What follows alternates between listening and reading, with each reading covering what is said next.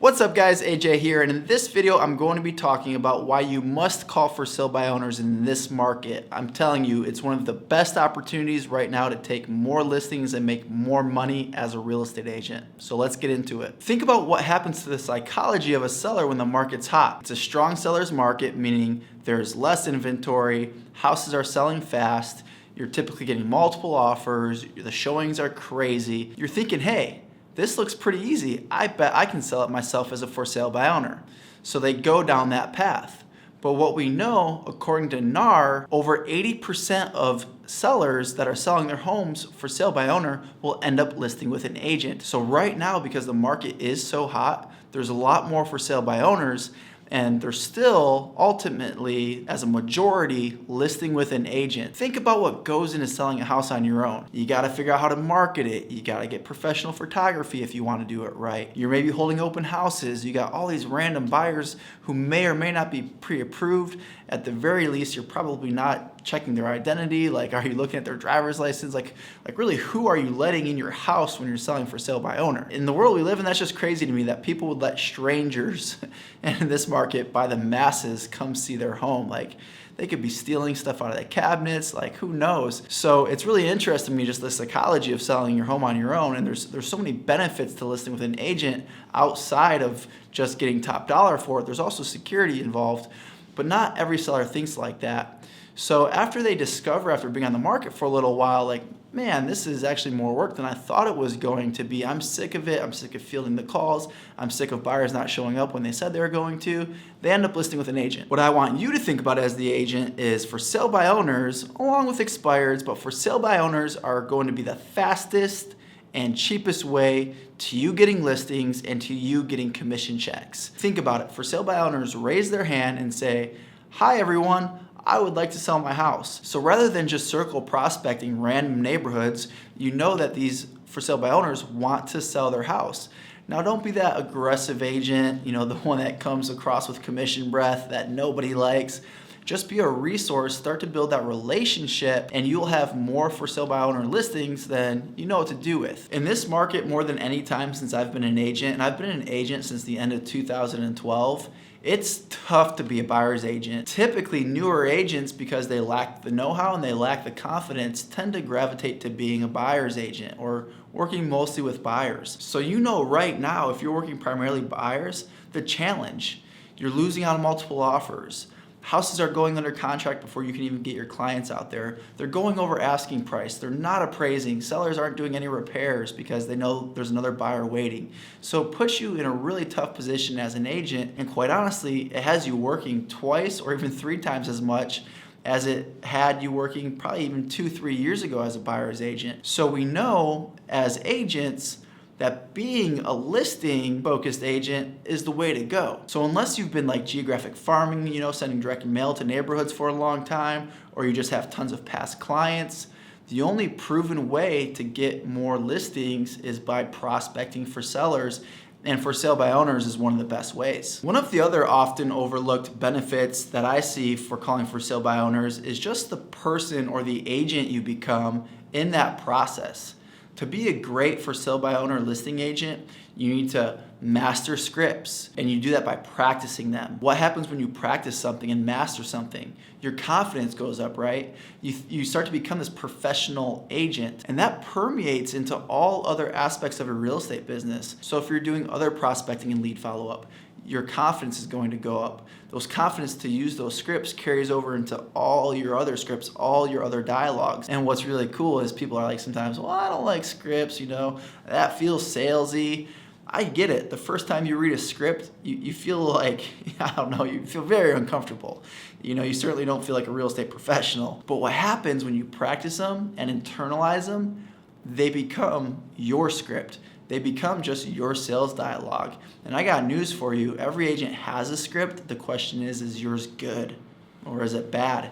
And if you made it up on your own, it's probably not that great. Maybe it's all right, but it's certainly not proven to work with thousands of conversations, potentially with NLP, neuro-linguistic programming in mind. So there's a lot of things that really come from mastering scripts that can help your real estate business. So I want you to think about 2 different methods when approaching for sale by owners. The first one is on that first call, trying to set a listing appointment. Now this is what I call the direct approach. It's following your for sale by owner script, and then the outcome, your goal would be to set the listing appointment. This works really well with for sale by owners that have been on the market, say 30, 60 days. They've had an opportunity to realize, hey, selling my house is much more inconvenient than I thought it would be. And then around that time frame, they're naturally going to start looking for a listing agent anyways. Your skill sets need to be a little bit better to get a listing appointment on that call. Your follow-up game needs to be strong, because if you don't get the appointment, then they go into your follow-up sequence. I think this approach works really well for agents who are serious about their scripts, they practice, and that don't really have a lot of time because they're already busy listing houses, working, they're already a very successful agent, so they're okay if their success rate from call to appointment isn't as high, because they don't want to go to the client's house for any other reason than to list it. Now the second approach is the indirect approach. Now this approach, you're just trying to get a preview appointment, right? So you're going out to the house with the intention, hey, I'm just going to see the house and maybe I can help you get it sold. And their expectation is that you're coming to check it out and not coming to do a listing appointment. So your thought process is you want to go out there, you want to preview more properties anyway, so you have good knowledge of your market. Any good agent has previewed tons of homes, so they have really good market knowledge. So it's doing that. The second part of it is it gives you the opportunity to get your foot in the door and just really present yourself in a way that causes the for sale by owner to list with you when they're ready. This works really good with new for sale by owners too. If you call a for sale by owner that just listed last week and try to get a listing appointment, no bueno, it's not going to happen. It's going to be a follow-up relationship. However, getting a preview appointment, they're like, oh cool, agents are reaching out, that's cool. I'll let them come see the house, so they still think that they're going to sell it as the seller and not have to hire a listing agent, and maybe they will, and that's cool too. But it gives you the opportunity to be one of the first agents that establish a relationship with them. I mean, think about it. If they already knew an agent who was a top agent, somebody that they had complete confidence in to get them more money with less hassle, they would have already listed with them. So it's your job to go and apply. Now don't go there and try to bait and switch and be like, trying to hit the listing on the spot. Honestly and authentically, just go there, build rapport, preview the home. If you happen to have a buyer who is interested, great. Then you just represent the buyer on it, let them be unrepresented, that's fine. But the odds are it's not going to be a fit for one of your buyers, most likely. Maybe it is, there's low inventory right now, so it could be a really good fit, but it gets you in the door. One of my first listings ever, I actually got through the indirect approach. It worked out perfectly. I didn't know what I was doing. I was just trying to get out, meet clients face to face, build my skills, build my confidence. And I met with this for sale by owner who was for sale by owner for, if I remember correctly, a couple of months. And it was in a more rural area. I don't want to say rural. It was like right outside the really hot spot by like a mile. So it wasn't really rural at all, but it wasn't getting the foot traffic that they probably had hoped. And I just said, hey, I'd love to come out and take a look at it. I basically just did my typical for sale by owner script with a little bit of an adjustment of going for the preview appointment versus the listing appointment. So I showed up dressed professionally with a smile on my face, and I was able to walk through the house. They gave me a tour of it. It was actually a vacant listing, I remember. And I was really just there to put my best foot forward and to leave a good impression and build some rapport. And my thought process was, hey, I'm gonna have to follow up with them next week and to see if it's sold or not, and then maybe I'd have the opportunity. And maybe in the meantime, I'd have a buyer for it. I don't know. And what ended up happening is that seller was basically like, what would it look like if you just listed it? It's interesting, when you go out for a preview appointment, oftentimes when you present yourself well, they might already be thinking, man, we need to find a listing agent.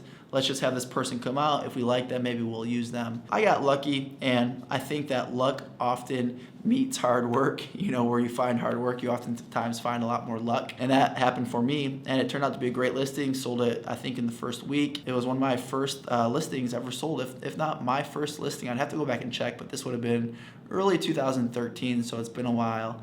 And it worked out really well for me. Soon after that, I just got so busy because I was taking so many listings through expireds, for sale by owners, and I didn't really have the time for the preview approach anymore. My time was too valuable to leave the office to just go preview houses because I was setting appointment after appointment. And that's really where you want to get. But doing the preview appointment strategy, I think, will give you the confidence that you need to get to that point. So right now, if you're a buyer's agent and you're feeling like you're just kind of running around and working way more than it's worth, then maybe you need to take a serious hard look at this strategy, calling for sale by owners, and go all in. One of the things that you're going to need when you start calling for sale by owners is for sale by owner data. You can use a company like Redx. I have a link in the description to save $149.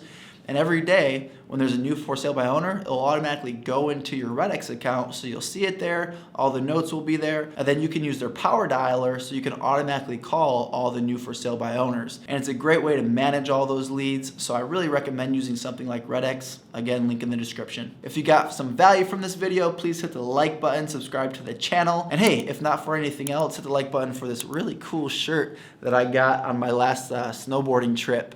I thought it had that vibe of out west, but at the same time kind of being in the snow because it was blue, so I like it. So if you do too, give me a like. If you don't like it, leave it in the comments and tell me maybe to get a different shirt.